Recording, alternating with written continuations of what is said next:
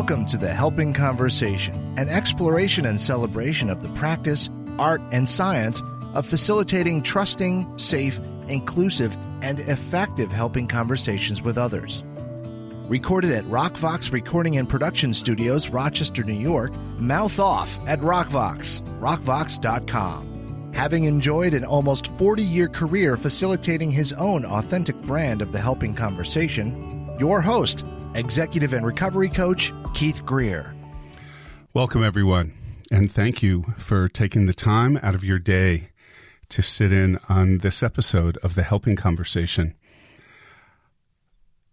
I have had the opportunity over the last few months, just in my day-to-day work, mostly in my recovery coach work, to interact with a number of young adults who have been struggling with substance use disorder, and thus, through that work, have some level of interaction with one or both of their parents. And while I have been in that conversation for many, many years, every single time I am in a new one with parents around this specific disease, I am struck by how difficult it is for families to have effective helping conversations as a family, how difficult it is for parents to engage in this conversation with their adolescent child or their adult child.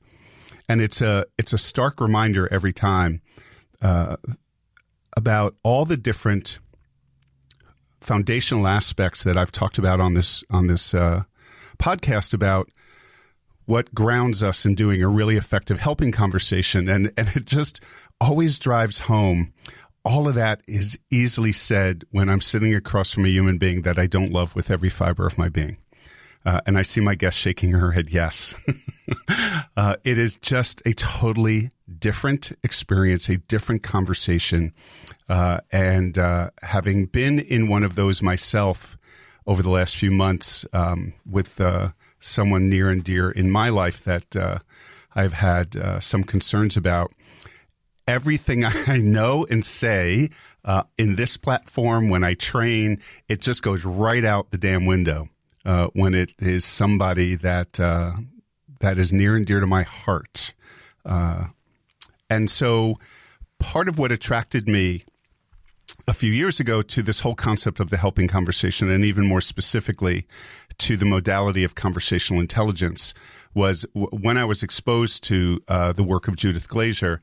The first group of people that popped into my head were parents of folks struggling with substance use disorder, because that has for generations been a very difficult conversation. I would make an argument that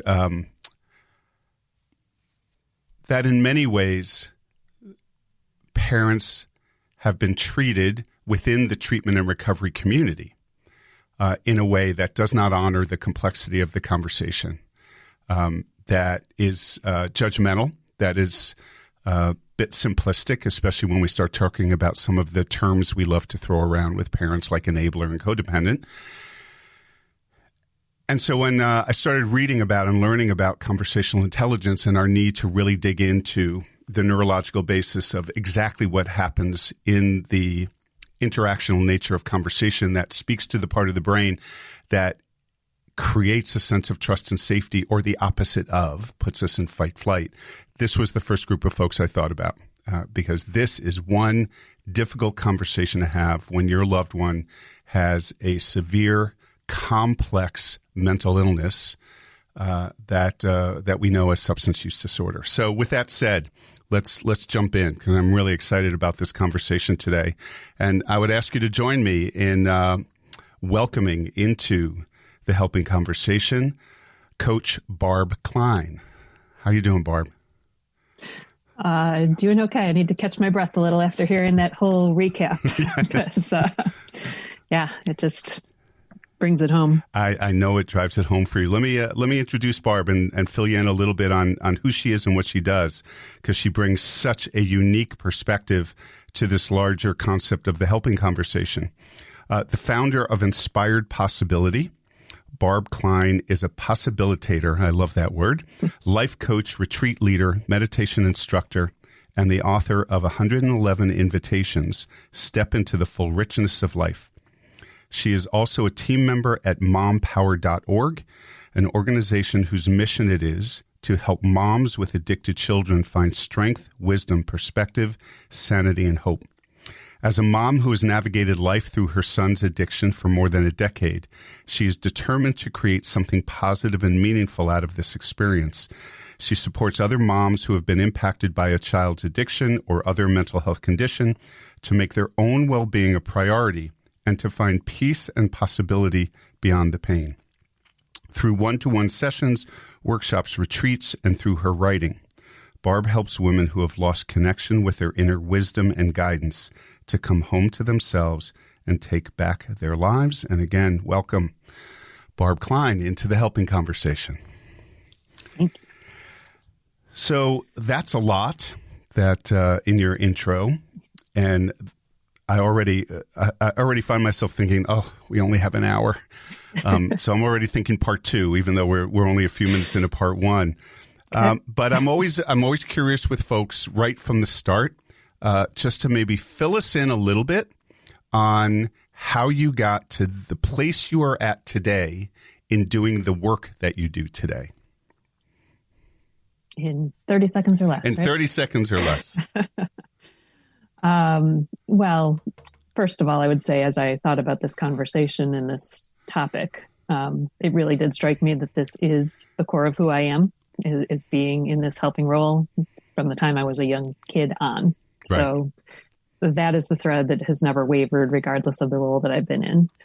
Even when I was a bill collector, I wasn't the one who was calling people in the hospital or on Christmas Eve. I was the one saying, okay, how do we help you and work through this? Yeah.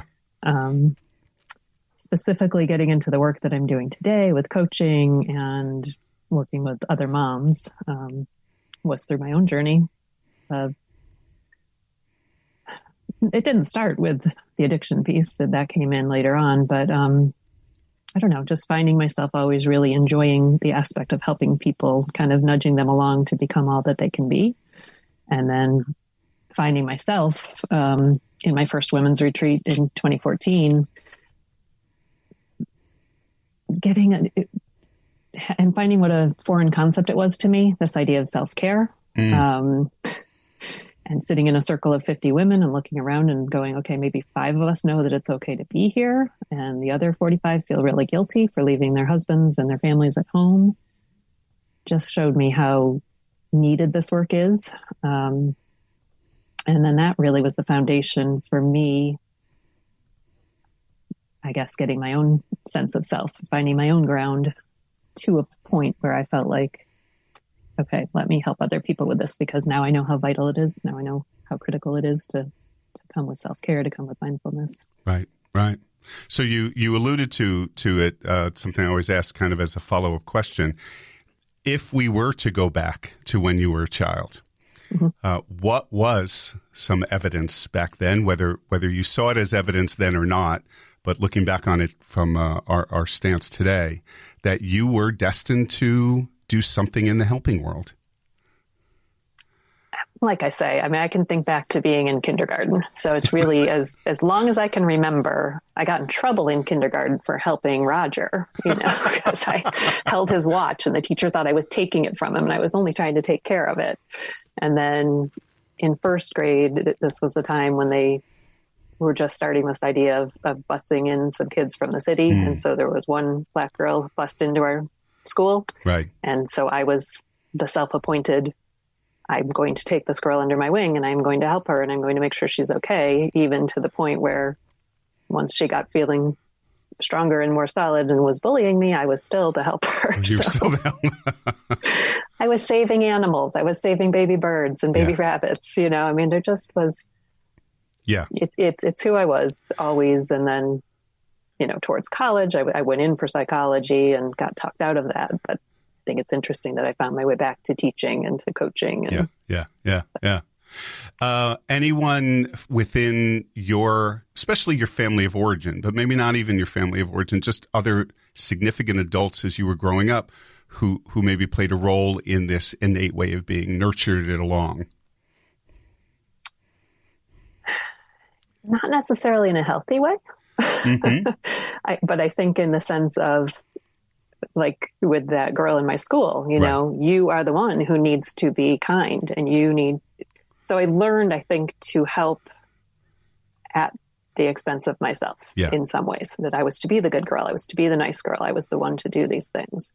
So I think it was more an unhealthy modeling of what not to do, of giving too much beyond the capacity of what you were able to. That makes sense. Yeah. But still, I guess I always want to celebrate that it's still based in something wonderful.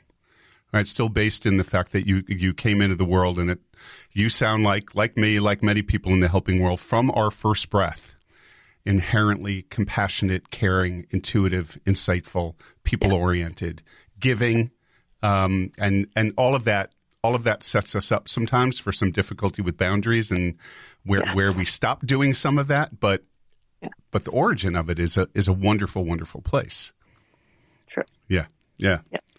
I have a memory from, I tell this story, and it's a little bit of a dramatization, but not too much, that from the first day of kindergarten to the last day of 12th grade, 4 report cards a year, and every single report card had a comment on it: Keith socializes too much.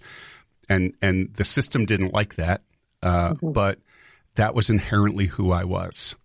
Always interested in people, always talking with the other kids, and sometimes got me in a jam in that system, but it's definitely who I was, no question. Yeah. So you talked about that you went off to this retreat X number of years ago and were exposed to this concept of self-care, and looked around the room and realized that for many of the people around the room, for many of the women, and you used the term foreign, that it was a foreign concept. So talk a little bit more about that. Well, a friend messaged me and said, "Hey, you want to go to this retreat? It's run by Renee Trudeau, who's a woman who had written a book called The Mother's Guide to Self-Renewal." And here I was with my kids fairly old going, yeah, but wow, where was this early on in my life when I really needed it? So just to have like I say, for me, it was okay to take time away. I knew that was okay. But I think for most of these women, even to take a few days away from their home was foreign.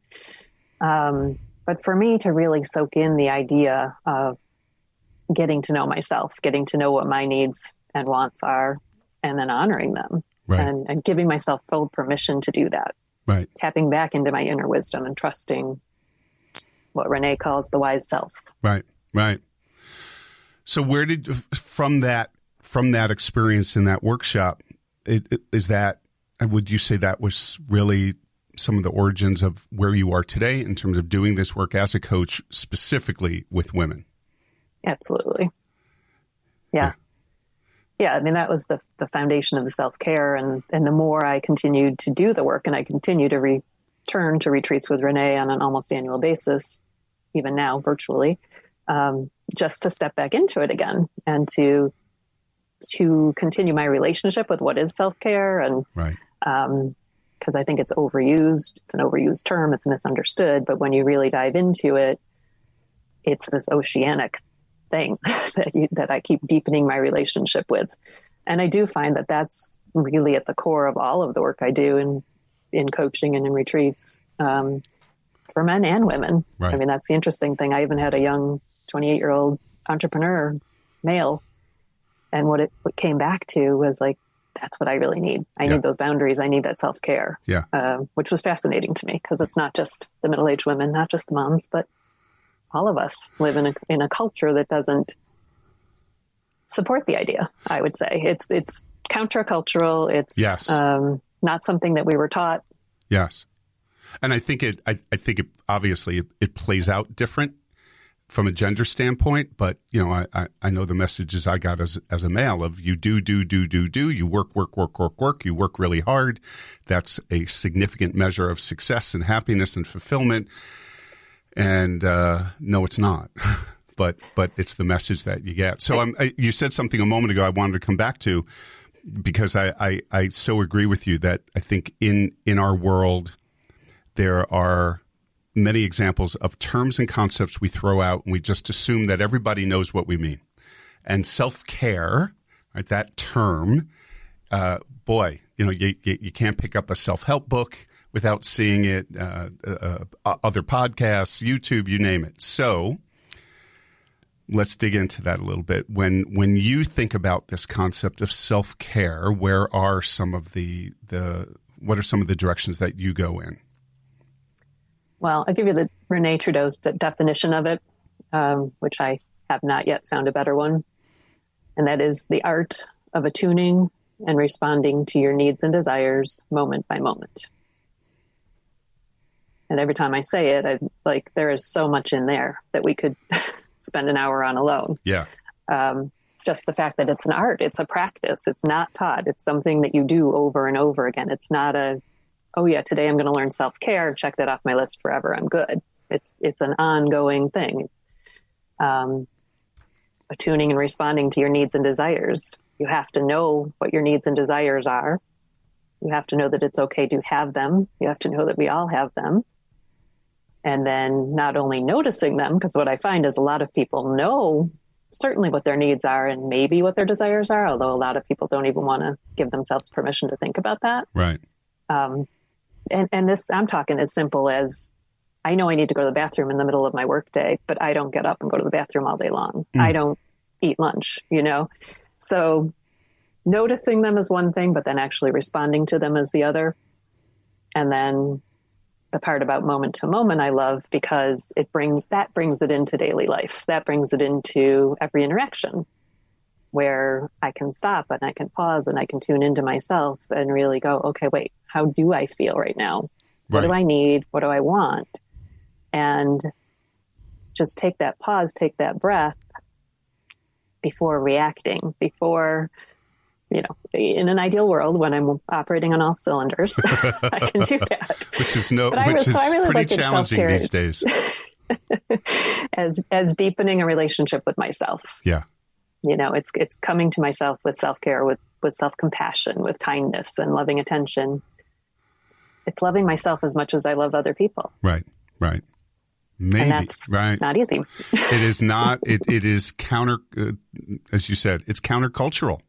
When you think about the messages we get. I love the first word in that definition, art, because that really opens it up for people to think about how to do this, how I want to do it, my art, my creativity versus some general roadmap that we all have to follow. Right. And it also takes it out of thinking that you're broken or you're wrong and you are a self-improvement project. Right.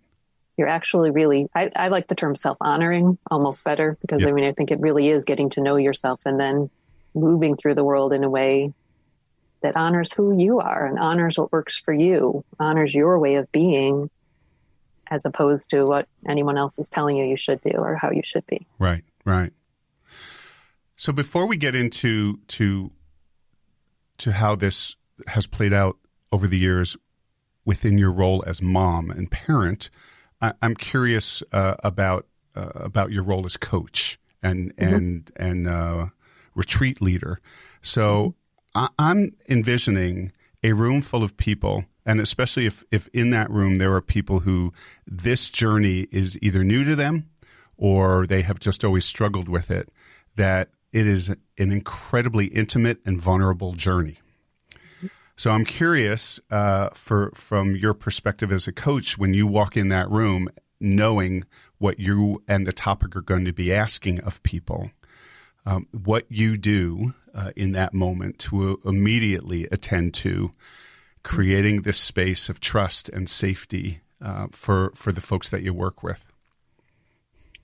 It's such a good question. And it's a question I sometimes ask myself because sometimes it seems like it just happens naturally. Because I do think I hold space really well and I do think I create a safe space. Right. And sometimes I'm like, what did I do? I don't mean that to sound egotistic in any way. It's just, it seems to happen over and over again. Yes. That people will go very deep and be very open quickly. Right. I think what I do is, I know what I do. I start all of the retreats and even the coaching sessions with a moment of pause. So we'll take a minute to breathe together and arrive so that kind of let go of anything that was going on before, anything that's coming, and we ground into this moment right now. And I think just that slowing down and that pause of arriving is really helpful. I'm also very open and very vulnerable and authentic myself. So I don't hold back. I model sharing. I talk about the struggles and not being perfect about things. And I think in my sharing, I give other people permission to open up and share in a way that they might not otherwise. I ask people to set an intention so that they start to tune in, because again, it's building the muscle of listening to themselves and knowing what do they want, what do they need. At the last retreat I had, I actually had them set an intention. I asked them, what did they need to give themselves permission for the weekend, after kind of laying the groundwork of what we're up to here. And then even asking them to take a vow for themselves. Because one of my mantras, and I share that early on, is I will not abandon myself. Right.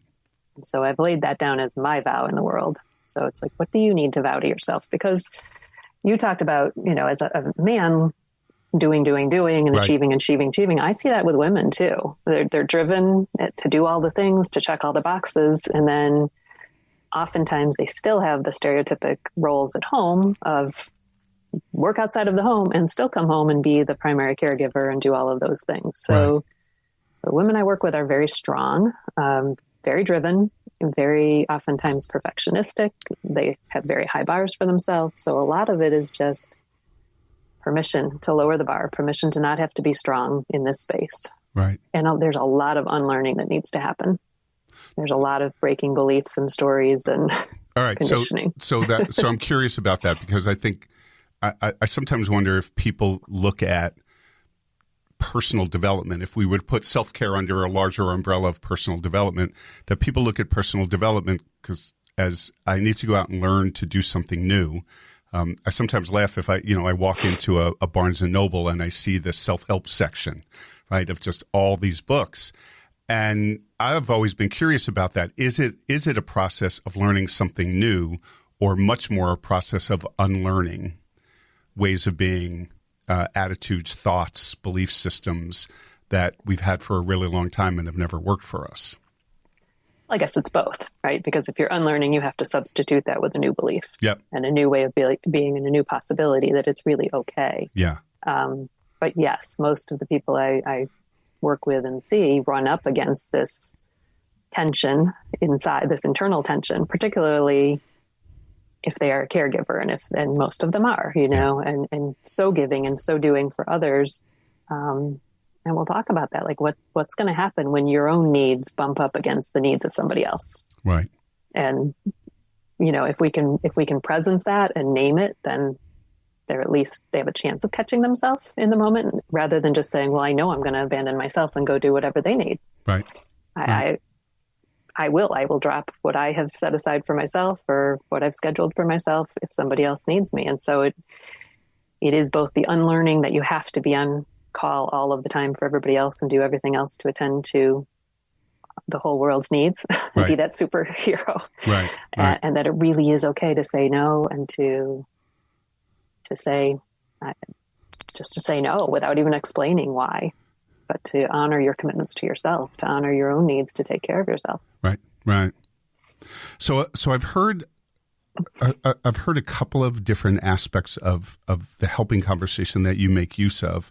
Holding and creating space, self-disclosure, being comfortable with a level of self-disclosure, making yourself really vulnerable, which again, we know in the creation of trust and safety with other human beings, it's one of the most powerful things that we can do, is to allow ourselves and to model being vulnerable.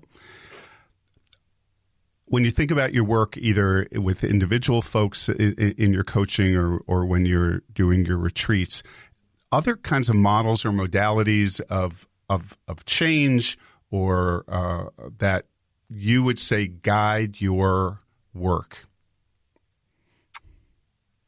Well, I would say certainly the coaching model of, looking at what gets in your way and what kinds of support do you need, things like that. I also really think mindfulness is the practice that I probably bring in most, I don't know, most often, but I guess I'm not a big fan of tools, so I don't tend to think in that way. But just the practice of mindfulness, that ability to be with what is, the ability to be present, the ability to be silent. That comes into play with all of it. The deep listening. Right. For me and them. Yeah, that ability to be in the moment, not easy for most of us human beings. Right.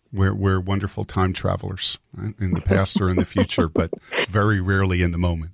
Yeah, so coming into breath and body is one of the things that I will do with people, because you can't breathe in the past or the future, and you can't be in your body in the past or the future. Right. So automatically you're here. You're here. Yeah. And then you let the thoughts do the things that it's going to do, but you can come back to those anchors over and over again. I'm sitting here envisioning who's showing up for your retreats, and I don't know if this is relevant or not, but I have this picture because it is not easy for people to go to a retreat, to make the time, to take that risk, to know you're going to be vulnerable, not for 5 minutes, but like for a whole weekend. Mm-hmm. And so I have this vision in my head that the folks who are showing up for your retreat are showing up at some moment of crisis in their life, and I'm curious if that would be true. Sometimes, but not always. And I get a lot of repeat retreaters, so I think there is also the group that knows the benefits of that and just says, "Oh yeah, I need this time away. I need to be nourished again. I'm going to come here and do whatever I need for me," because that's the other thing. Everything on retreat is an invitation. So right from the get-go, you are given permission to do as little or as much as you want, to share or not share, to come to the sessions or to do your own thing.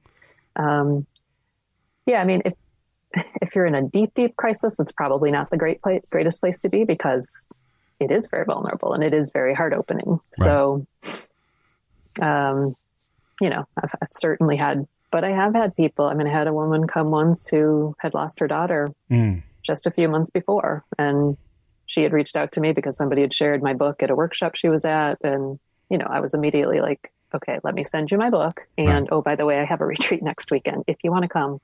Right. Just come. Right.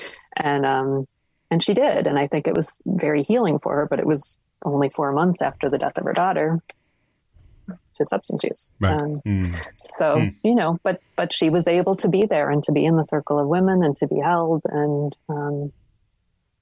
that's the other thing that we do is to really put everything in the center of the circle and come with whatever is there. So there's full permission to laugh, to cry, and I never know what direction it's going to go. So you have to flow. I have to flow with the group. I enjoy flowing with the group very much. So I have an outline. It really requires a level of flexibility on your part. Yeah.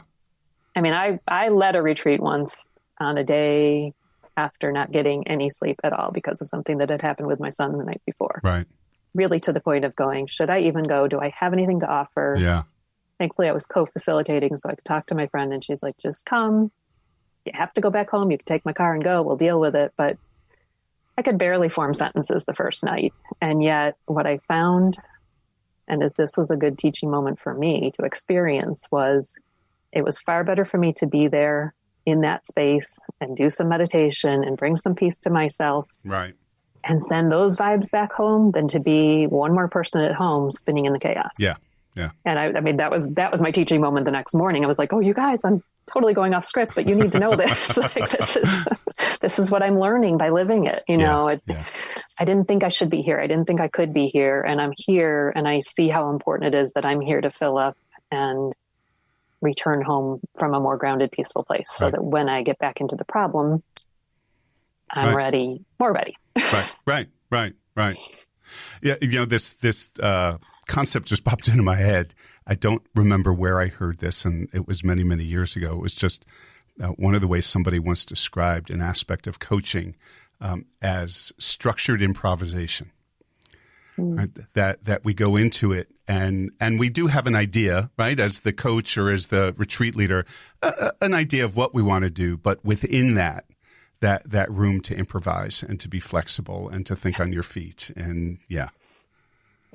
And I think that might even have been the weekend where we just laughed a lot, and it was so clear And it was early on because I was still trying to be very serious when we were having our sacred rituals and things like that, and then people were stealing Halloween decorations and just doing silly stuff. But it was like, that is what we needed in that group. We needed the healing laughter. We needed that time. And so I've gotten a lot better at that. Right. Just being willing to kind of change course and go, okay, this weekend it's laughter. Yeah. Another weekend it might be all tears, but usually it's a mix of both. Yeah. But making space for all of it. And I talk about cultivating a heart that can hold it all. Right. And that's part of what I really work with people on as well. That we're not in a space of good or bad, black or white. Usually we are experiencing both joys and sorrows and worries and excitement all at once. And we don't like that as human beings. We do not like being in that place. We want it to be all or nothing and easily categorized. Yeah. Yeah. And I talk about the messiness of being human, the messiness of life. Right. I love that. I have not heard that before. Cultivating a heart that can hold it all. It strikes me that so honors a mindset of curiosity, that instead of viewing my life and judging it one way or the other, good, bad, right, or wrong, that I just sit in curiosity of let me take it in, good, bad, somewhere in the middle, right? And be curious about what it all means, how it impacts me, how I respond to it without judging anything in that really black and white, good, bad way. And just, you don't even have to make space for it. You just need to admit that it's all there. Yeah. Because I think sometimes we're like, well, let me make room for this. No, it's here. You already got it all in you. Yeah. It's just, I don't know. Do you know Rumi's poem, The Guest House? I do not. Okay. Well, I don't have it handy, but that's a really good one that speaks to this idea of these different emotions that arise every day. And we don't even know where they're coming from sometimes. Right. But when we can just sit with them, they actually don't have as much power anymore, and they actually move through more quickly. So the big part of all of it is just being able to be with what's up. So I know this question alone, we could probably spend 5 hours on. So I apologize for asking a huge question, and we only have a few minutes to answer it. But when you think about, again, the people who are coming to your retreats, the people that you are working with as a coach, this issue of struggling with self-care, at the time they show up to do work with you, where are some of the areas or aspects or contexts of their life where their difficulty placing a focus on self-care is really playing out? It's a combination. Sometimes it is the moms who have a child who's struggling. Right. And in that case, it can be really difficult to even consider having a conversation about themselves. And so honestly, that doesn't always play out super well. Because what I find is, as moms, we will find time and money and do absolutely anything for our kids. Right. But the concept of investing time and money into my own well-being is foreign, and it feels selfish. It feels wrong. So it's harder to engage parents sometimes. Right. More often it's women who are at a stage in life where they're feeling burnt out, or they're finding themselves on a path that isn't serving any longer, or just kind of looking at things like, I thought I was doing all the right things, but this isn't sustainable. Right. I can't keep going at this rate. I don't want to keep doing the things I'm doing. I'm doing this job that made sense, but I hate it. So a lot of it is also this idea of coming home to yourself, which is what I call my coaching. Really shedding those roles and peeling back the layers and going, okay, well, who is this being at the core? And who do you want to become? How do you want to spend the rest of your life? Right. And I think, especially at a time like this with the pandemic, people are waking up more to that maybe, and knowing like life is precious and short, and I don't want to waste it doing whatever I've been doing. Right. It's time for a shakeup. It's time for something new. It's time to step into this me that I was born to be. Yeah. Yeah. So I want to shift here a bit and dive a little bit into what this journey has been like for you personally, with your son, as somebody who faced, again, as I said when we started, loving somebody with every fiber of your being who was struggling with a very real and serious mental illness. So talk a little bit about how that journey got started and how it started to morph with this concept that you've now made your life work of helping women figure out how to take much better care of themselves. Yeah. So when I look back, it's like I almost don't even know what the first 5 years were like, because I think those were just the years of floundering and doing what I could for him. Right. The focus was entirely on getting him help and fixing this. And he was 16 when it started, when we found out about it, at least. And it started with finding a text in a cell phone string when I confiscated his phone. He was doing homework, and found this plan to meet somebody to get some weed at midnight. And it rocked my world. And that sounds ridiculous to me in some ways, because, I think most parents would say, come on, all teenagers smoke weed. What's the big deal? But for some reason, I always say, I don't know if I knew how serious it was going to be or what, but it did shake me to the core. Then I really went to that place of, what do we do? Am I going to be able to keep on working? Is my marriage going to survive? I can go to Peru and take him for 3 months and get him clean. I mean, that was one of my first thoughts. I don't even know why, but it was like, jumped in immediately to, I can fix this problem. It is my job to fix this problem. Finding counselors and coaches who specialize in this thing to get him help, finding counselors for us. And it probably took 7 months before we really found somebody who specialized in substance use and could do the assessment to see that this was a serious addiction. Right. And to look at it and go, wow, how did we miss so much? And having that feeling of, okay, he had ADD, he's a teenager. A lot of it gets kind of mixed up with just what you think is typical, what we thought was typical teenage behavior. So yeah, it just was all that, and doing all the things to try to get him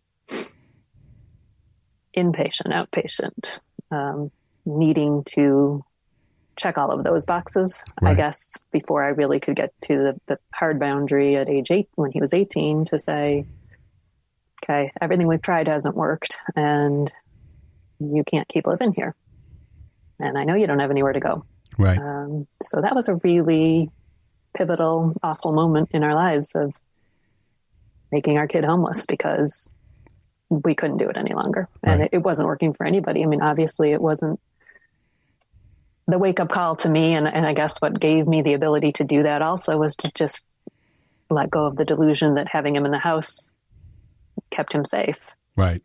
Or was saving his life, or was doing anything. So,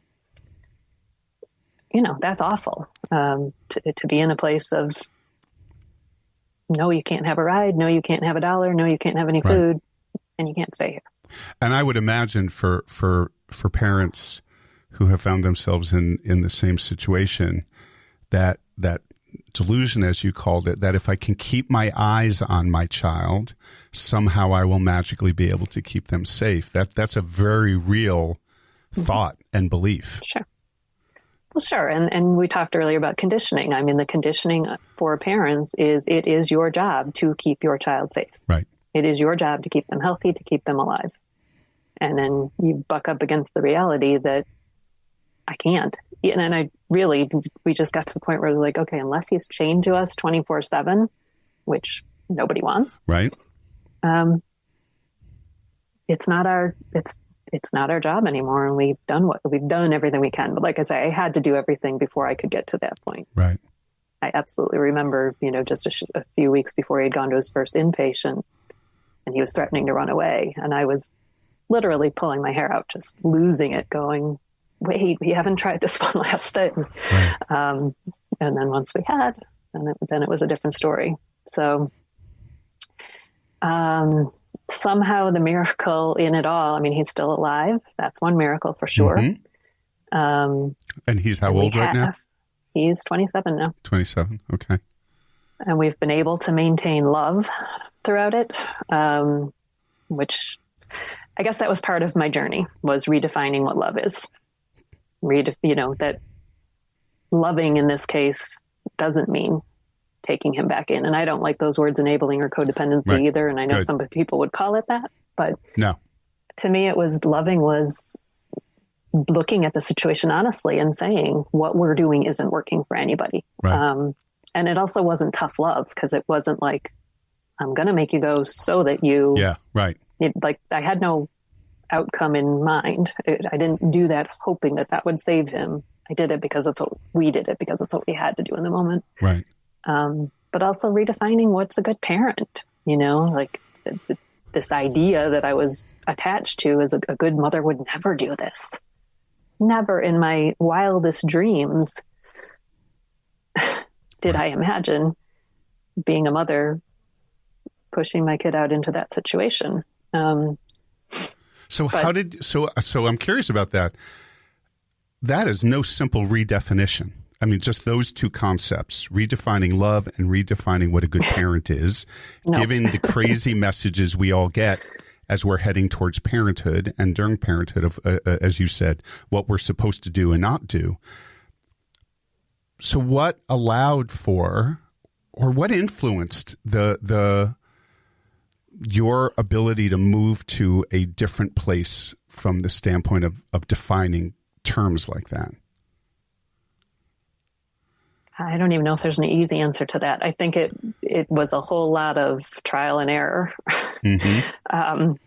Because the way I look at the whole interaction with him is as a dance.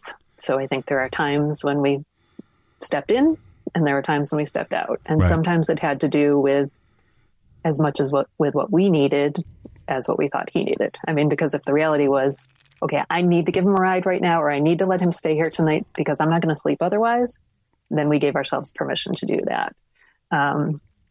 So really, I think it was just, and then he lived with my mother-in-law for a while, and she was struggling with the same kinds of things and said, well, what would you do? And I said, I already did what I would do, and I get that you're doing everything that you're doing for him because you love him, right? But it's really not helping him. Yeah. So right now, really the most loving thing to do is to trust him to figure this out. Right. And I say that with a question mark because sometimes you have to trust even when you don't really believe, if that makes any sense, to trust that he can find that he's resourceful enough and that he has the ability to somehow find a way. And to figure out that we weren't the adults. We weren't the adults to do this for him. Right. We weren't professionals trained in substance use disorder. Right. And we were too close, as you described. Yeah. Like, you love somebody with every fiber of your being. You are not the one to try to turn this around. Yeah. Yeah. But you know what? It's look, I think it makes total sense, because I think that, when you look at the symptoms of substance use disorder, let's say in, a young man in his early mid-20s, it presents a series of behaviors that don't look 25, right? They look 12 and 13. Mm-hmm. And yet, you want to have faith that in that 25-year-old are 25-year-old capabilities that right now, for whatever reason, I would argue as a result of either substance use disorder or other mental illness, the person is having a hard time acting on. Mm-hmm. But we have to have belief that it's in there, Mm-hmm. And so we can't do it for them as much as we would like. And yet they might be in a place, and I never want to minimize the dangers of all this, that they don't act on it either. Right. No, and I think that some of those, again, I come back to the mindfulness of being able to accept the reality as it is. Yeah. I was at a mindfulness or meditation retreat with Tara Brach, who's the one that I actually heard that concept of cultivating the heart that can hold it all. And she posed this question to us, which was, are you at war with reality? And my answer was, hell yes. Because who wouldn't be at war with reality? Like, I don't like any bit of this. And so I just think it was time and evolution of my own work, doing my own practices, working on my own self-care, setting those boundaries, taking care of me, getting to know me, being with me, that led me to be able to have really hard, honest conversations with him. Right. Just saying, and looking at the reality. Like, one time I remember my husband saying, well, he's not a good problem solver. And I said, actually, he's a really good problem solver. He's just not solving the problems we want him to be solving. So that helped me to reframe the whole view, right? And then just saying to him, I have to accept the fact that you might not choose recovery. Yeah. I really want this for you. You and I are never going to agree that you're better off when you're smoking pot or on drugs or any of that. Right. But I really have to accept the fact that you might not choose this path. Yeah. And what do I do with that? And then the bigger question I got to, this was only a couple of years ago, but really just said to my husband, what if we stopped loving him? What if we stopped trying to save his life and just loved him as he is for as long as he's here? Oh my. Knowing that phone call could come at any time. Right. As you were saying that, Barb, in my head, I'm hearing that is about as anti-parenting as can be in terms of what we're taught, right? To maybe stop trying to save and just love this child for who he or she is in this moment, knowing that, bad stuff could happen as a result of the specific disease that he's struggling with. That's pretty profound. And how in the 2 years, because you said this was maybe about 2 years ago, how have you done with holding on to that? Really well. I mean, actually, that was a very freeing moment. Yeah. For both of us. And then, honestly, within just the past year, I came to the second realization of like, it's really not fair for me to attach my well-being to him. To be in that place of, I can't be okay if you're not okay. That's a burden to put on a kid. Sure is. And that's not true. And what I may have already said this to you in another conversation, I don't know, but at that first women's retreat in 2014, one of the women I was in a small circle with was empathizing and commiserating with me, as women will do, and said, well, you're only as happy as your unhappiest child. And in that moment, that was a wake-up call to my whole being. I mean, I had a whole body response of, oh God, no. Yeah. I don't ever want that to be my truth, and I want to wipe that belief off the face of the earth. Yeah. So that did catapult me into the work. And what I find is, when horrible things happen with him, of course I still get knocked down. I still get upset. Sure. I still have my days where I go into the covers and disappear for a day. I don't stay down as long, but I also find it catapults me back into the work. Like, okay, this is why I'm doing what I'm doing. This is why this is so important, because we're still alive and we have a lot to do. We have a life to live, and I'm not for putting my life on hold until the day that he's okay or until the day he dies. Right. I am envisioning these last two concepts you talked about. Can we stop trying to save him and just love him, and to not burden him with the responsibility of your well-being and your happiness? I am picturing you having this conversation with other moms in a similar situation and them looking at you like you're the craziest lady on the face of the earth. Mm-hmm. Yeah. Right. Yes.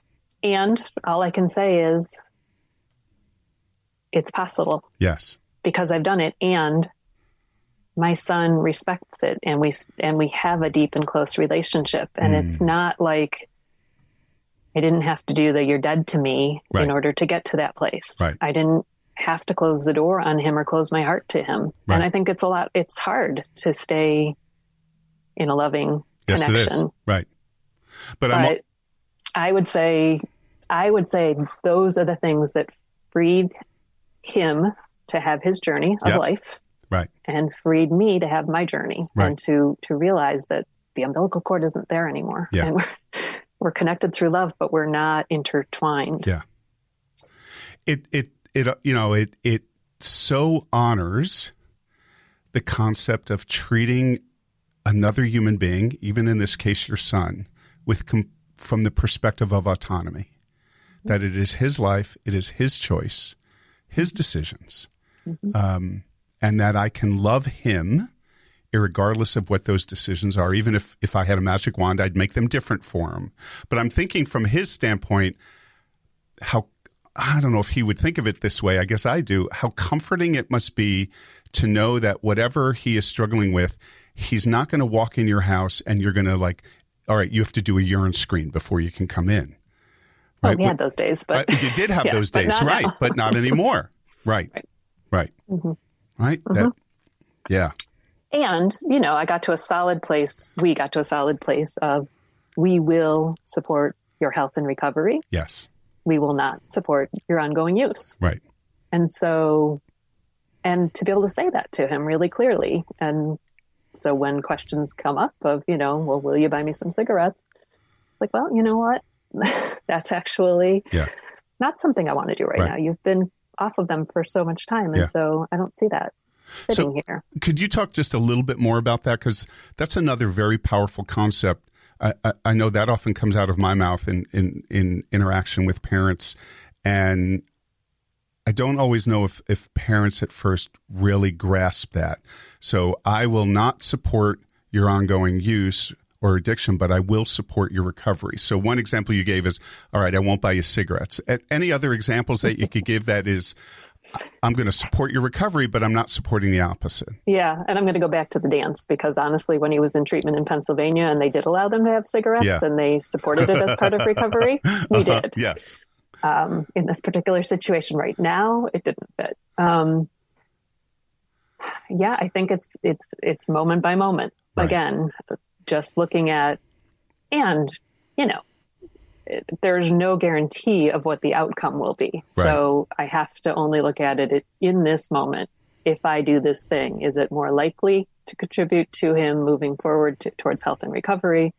Or is it more likely to get him into trouble? Right. So giving him money, probably not a good idea. Yeah. Taking him out for lunch? Yeah. Sure. Right. And giving you a ride to the hospital. Yes, I will do that. Yeah. Giving you a ride to treatment. I will do that. Giving you phone numbers, setting you up with resources. I mean, but not being the only one to figure all of this out. So sometimes it was that trusting again. Like there was one day he was discharged from the hospital earlier in the morning and he called me and started texting and all of this. And at first I went to this place of, he's going to want me to figure this all out. I've got to be the one now to figure out where he's going to go next. I've got to figure this out. And thankfully I was smart enough to press pause and text him and just say, I'm not available to talk. Right. I trust that you know and are able to find the help that you need. And I'll let you know when I'm available. And I took the whole day to take care of myself because I had no bandwidth for it whatsoever. And by the time I finally called him, it was like he had figured out where to stay that night. He had called a treatment center. He had arranged for transportation to pick him up. And if I had jumped in and done all of that for him, I would have only continued the cycle of him not having to figure those things out. Right. Does that make any sense? Yes. Yeah. So what comes to mind is what a wonderful example of treating him as a full resource in his own recovery instead of jumping in. I often get curious with parents about responding in ways that make you feel better because they take the edge off your anxiety, but there's not a great deal of evidence that it's helping. And I can honor that, right? As a coach, I can both honor that. I understand where it comes from, but it's not a long-term productive strategy versus giving him that time to figure it out. And he did. Right. Yeah. Now, is that always the case? No. And did I know? Of course I could have done it so that in order to prevent the 10 o'clock phone call saying I don't have anywhere to be and it's January in Rochester and it's freezing. Yeah. Yeah. And then feeling like, well, I can't let you stay out on the street. Yeah. So, again, it can't be about the outcome. It can't be, it just has to be what the decision is that feels right in the moment. Right. And you got to learn to trust your own gut on that. Like, oh my, right. Which is not easy when you're in the throes of it. Right. I'm back to the folks I'm envisioning at your workshops of of proposing that to them of, what is your ability to truly trust your gut? And we all know that trusting your gut does not mean that you always know for sure. It just means, here's my best guess in this moment. Right.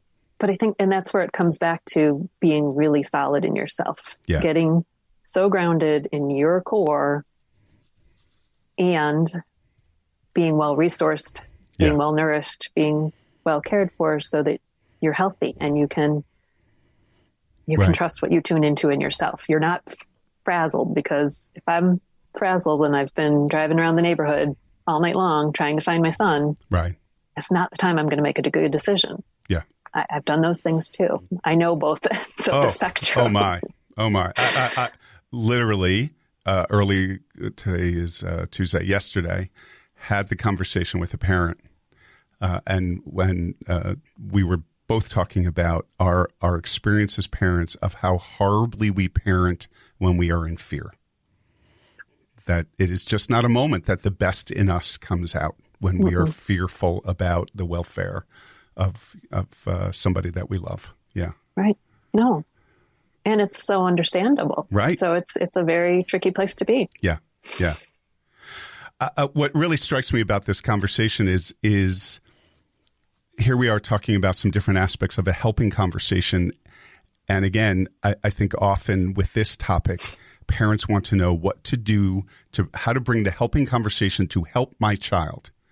And what I hear you talking about eloquently, Barb, is bringing aspects of the helping conversation to helping yourself and trusting that in doing that, not only will you be in a good place, but it actually works relatively well for my kid because it just honors reality. Reality. You made that. I did not write it down, but you made that comment from another author about railing on against reality, right? Yep. How do we sit in the reality of reality, especially around our children? Yeah, that's awesome. And so hard. Oh my, so hard.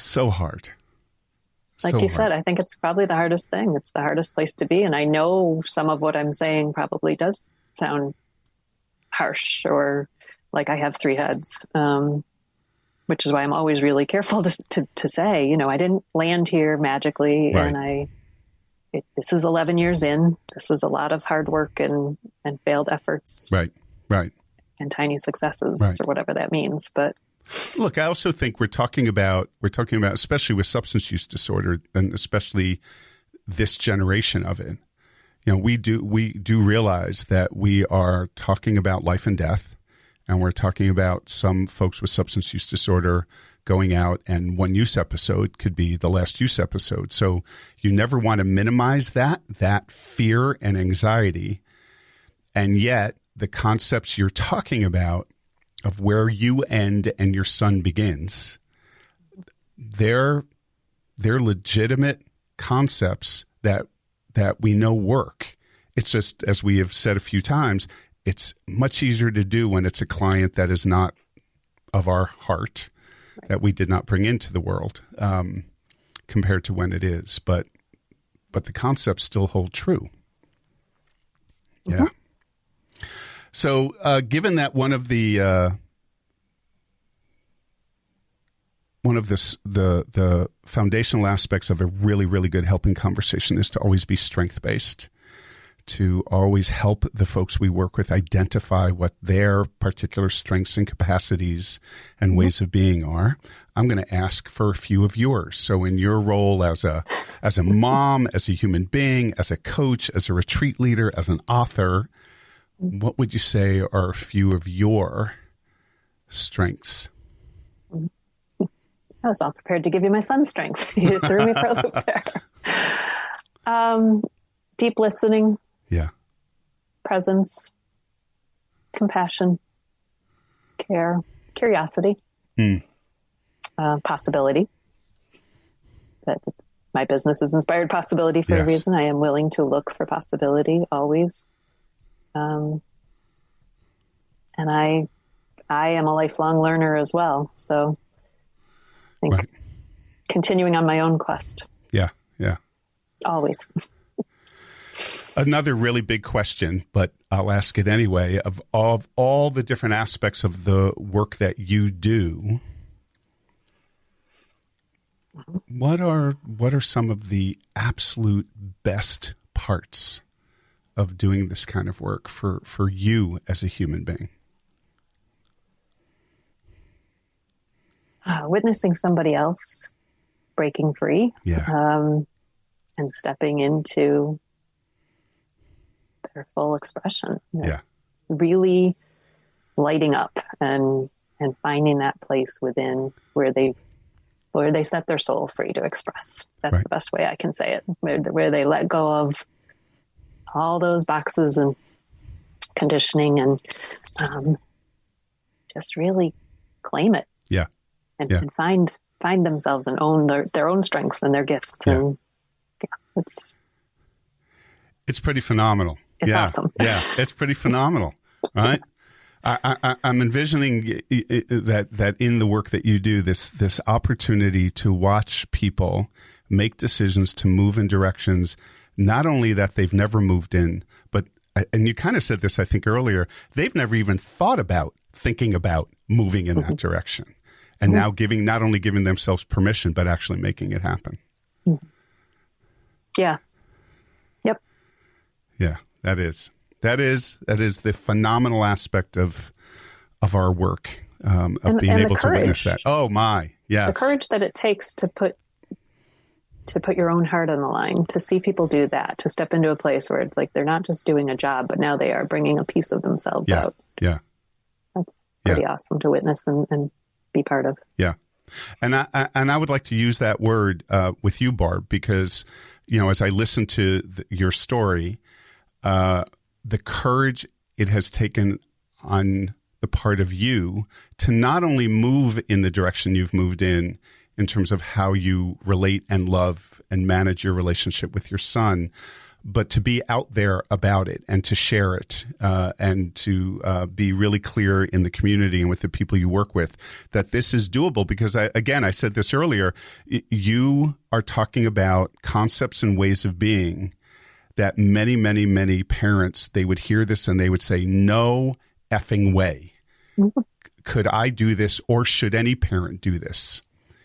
And so my hat is off to you because it is, and I don't use this term lightly, and you and I have talked about this before. To me, the work you do and the work and the way of being that you model, it's groundbreaking in the world of working with parents who are struggling with somebody they love with substance use disorder, because we have done it in some not so good ways for a really long time.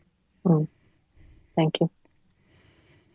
So if people are interested in learning more about you, more about what you do, more about your retreats, what would be the best way for folks to get in touch with you? My website probably is inspiredpossibility.com, singular. Beautiful. And your book is 111 Invitations, Step into the Full Richness of Life. Just a real quick synopsis. What would people find in your book? I'm just laughing at the subtitle because that's the nice way of talking about everything we just talked about. The full richness of life embodies all of this. So it's a collection of the poems and prayers and reflections that really do embody the joys and the pains of life. They're universal pieces that most people find they can relate to. And it's a book that a lot of people just open randomly to and say, what's my message today? Yeah. And get exactly what they need to hear. So there's some call to action in there, some show up to life, but then there's also some really painful parts about you're not alone when you're feeling this way. Yeah. Beautiful. Barb Klein, thank you so much for spending the hour with us. It has been inspiring, to use the word within your business and way of being, to listen to the work you do and how you model that work in your life, the authenticity that you bring to that work. I appreciate it, and I would urge folks to really think about if anything we talked about today resonated with you, to reach out to Barb. So, Barb, thank you so much, and we'll be in touch.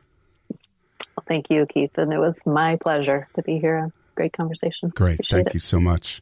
Again, inspiredpossibility.com. You can also find Barb on both Facebook and LinkedIn under Barb Klein. So please check her out. And books, her book, 111 Invitations, Step into the Full Richness of Life, is available anywhere where books are sold online, or I imagine you could even contact Barb and maybe get a autographed copy of it as well. So I thank you for sitting in with us. I hope you found this conversation, as others, helpful. If you are a parent or anyone who loves somebody who is struggling with substance use disorder or other mental illness, please reach out for support.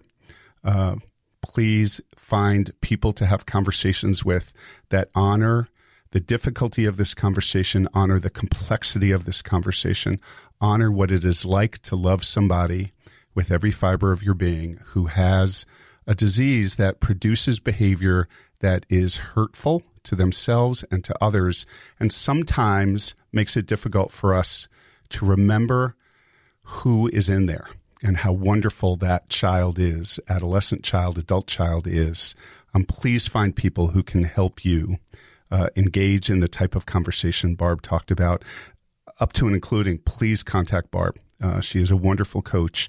Her retreats are very well attended, not easy to get into, but I think you would find it really worthwhile. So again, I thank you all for joining us today, and I hope that this was a worthwhile conversation. And please join us for the next episode of The Helping Conversation. Everybody, have a great day. We thank you for sitting in on our discussion today on just one unique version of The Helping Conversation. We would love to hear your thoughts on today's podcast, so we sincerely invite you to follow, rate, and most importantly, review our episodes. For more information on Keith Greer and this podcast, log on to keithgreercoaching.com. Please join us for our next episode as we continue the exploration and celebration of the practice, art, and science of the helping conversation.